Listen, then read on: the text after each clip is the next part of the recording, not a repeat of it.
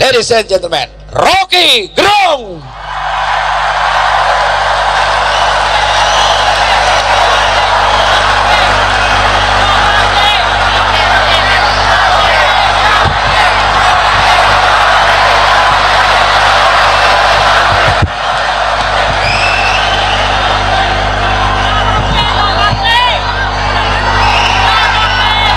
Oke.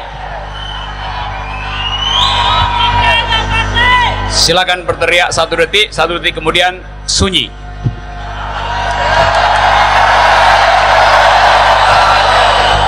Oke, saudara-saudara, terima kasih mengundang saya.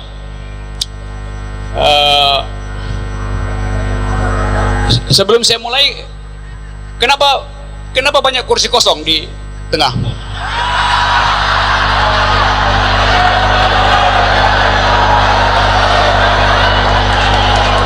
Oh, sorry. Saya pikir ini pembagian sertifikat tanah.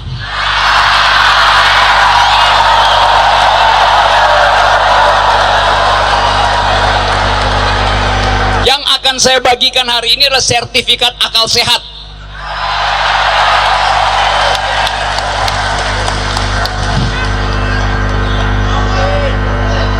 Waktu saya tiba di tempat ini, saya merasa kalau sebanyak ini akal sehat di Republik, saya mau nyapres 2024.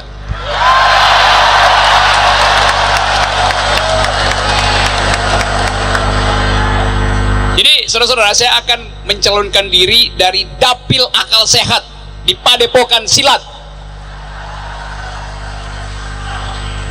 Saya lihat seluruh banner spanduk di sini.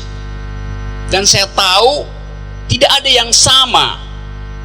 Semua dibuat secara otentik, tanpa ada sponsor tunggal.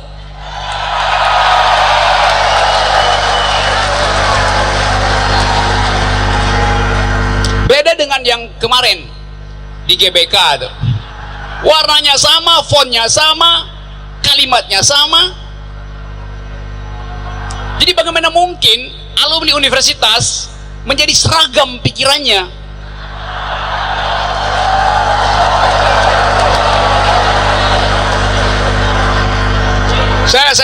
Saya tertarik dari semua spanduk ini, yang paling memikat saya spanduk itu Koalisi Padi.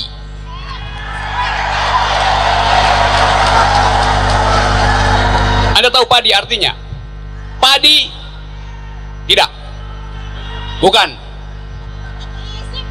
Padi artinya pasangan abadi.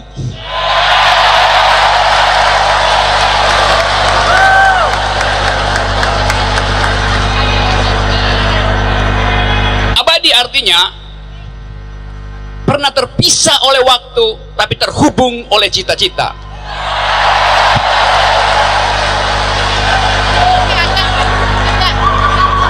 Saya nggak tahu, saya mau lirik ke Mbak Titi atau ke Pak Prabowo, saya nggak tahu. Tadi dipindahin ke situ, ini teks saya kok hilang ya?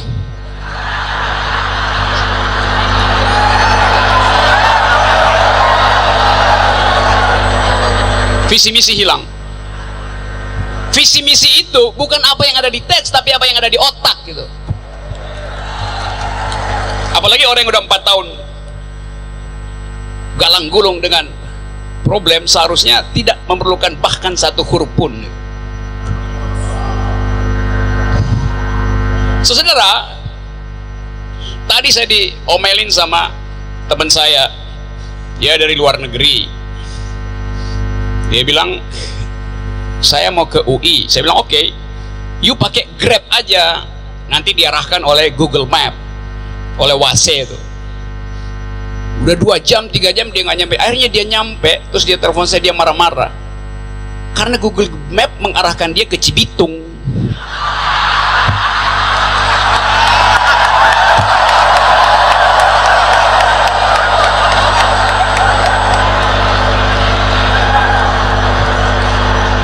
Ajaib.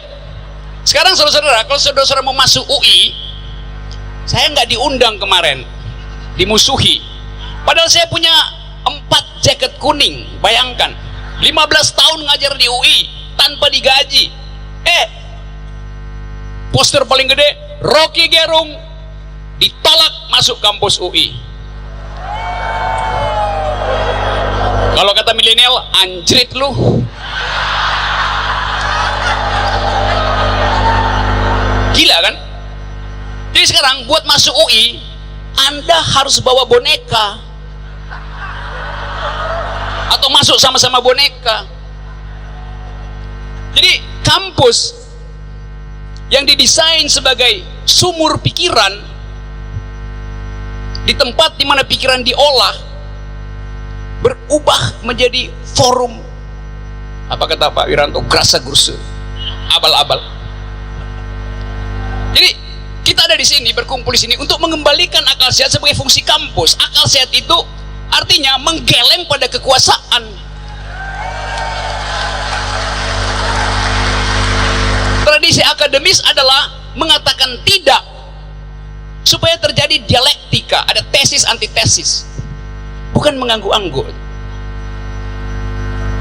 Ya, kita ingin agar supaya otak kita itu dibersihkan dengan argumen, bukan dengan deterjen.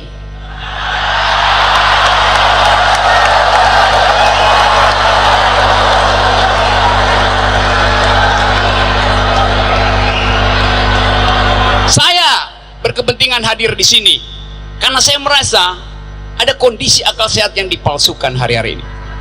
Setiap kali saya dikritik, kenapa saudara Rocky hanya mau bicara di forum Prabowo Sandi? Saya bilang karena saya mau kritik kekuasaan.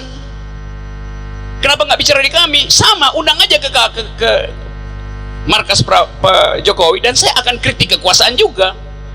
Jadi saya nggak akan berubah. Dia pikir kalau saya bicara di situ saya akan kritik Prabowo, ya enggak lah. Pak Prabowo itu akan saya kritik 12 menit setelah dia dilantik.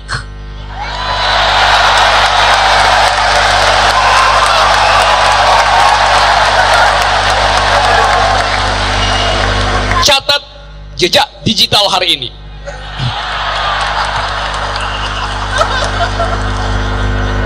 Jadi saudara-saudara, saya ingin kembalikan fungsi kampus sebagai tempat mengolah alternatif.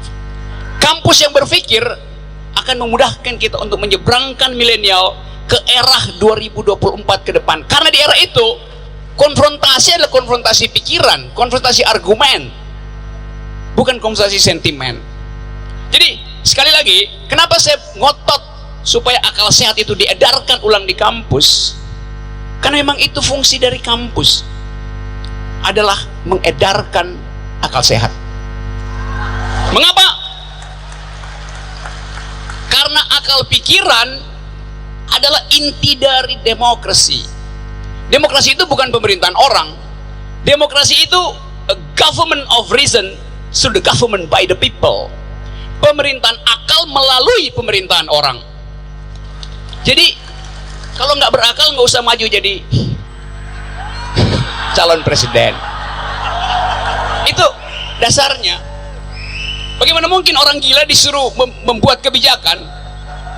Akalnya itu tidak cukup.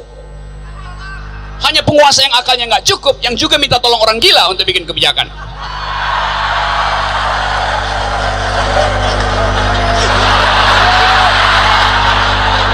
Saya mau terangkan itu bahwa kita di sini dipersatukan oleh keinginan untuk reinventing the future sambil remembering the past gitu.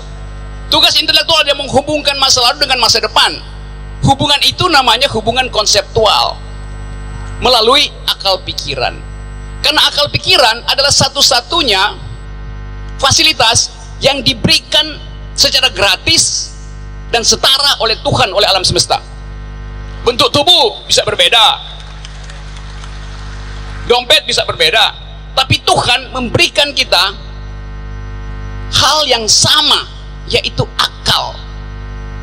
Jadi mereka yang sekarang tidak punya akal, artinya tidak hadir waktu Tuhan membagikan akal.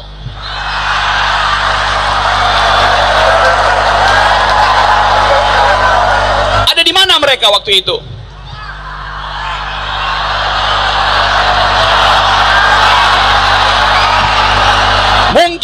gorong-gorong,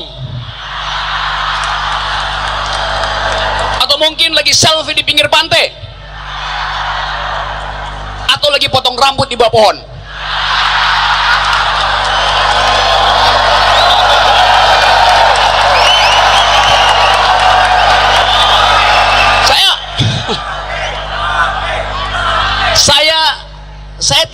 Saya tidak pernah mencaci persona presiden sebagai persona. Yang saya kritik, bahkan saya nyinyirin, adalah tubuh politiknya, tubuh publiknya, kebijakan publiknya, bukan persona Pak Jokowi. Pak Jokowi adalah persona yang sederhana, dan itu saya bangga. Kesederhanaan cocok bagi dia sebagai kepala keluarga, tapi bukan sebagai kepala negara.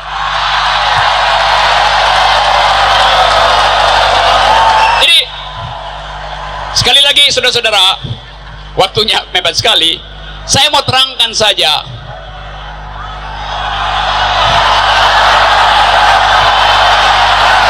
Saya ingin terangkan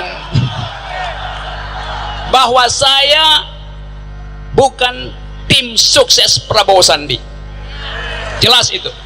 Tapi saya ingin tim ini sukses.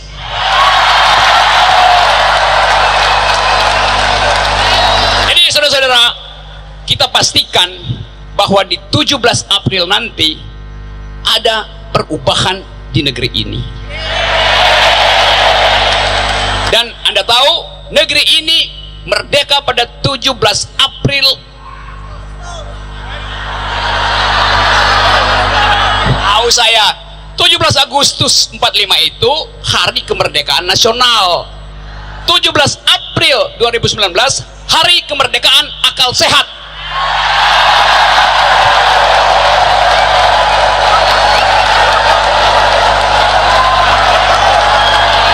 Jadi sekali lagi teman-teman, pada akhirnya di dalam tradisi akademis kita mesti rumuskan apa nama dari keadaan hari ini. Saya beri nama, keadaan hari ini adalah the beginning of the end. Dan itu tak mungkin lagi dikembalikan. Arusnya sudah jalan, hanya mereka yang dungu, yang nekat untuk menerjang sungai banjir akal sehat. Terima kasih. Assalamualaikum warahmatullahi wabarakatuh.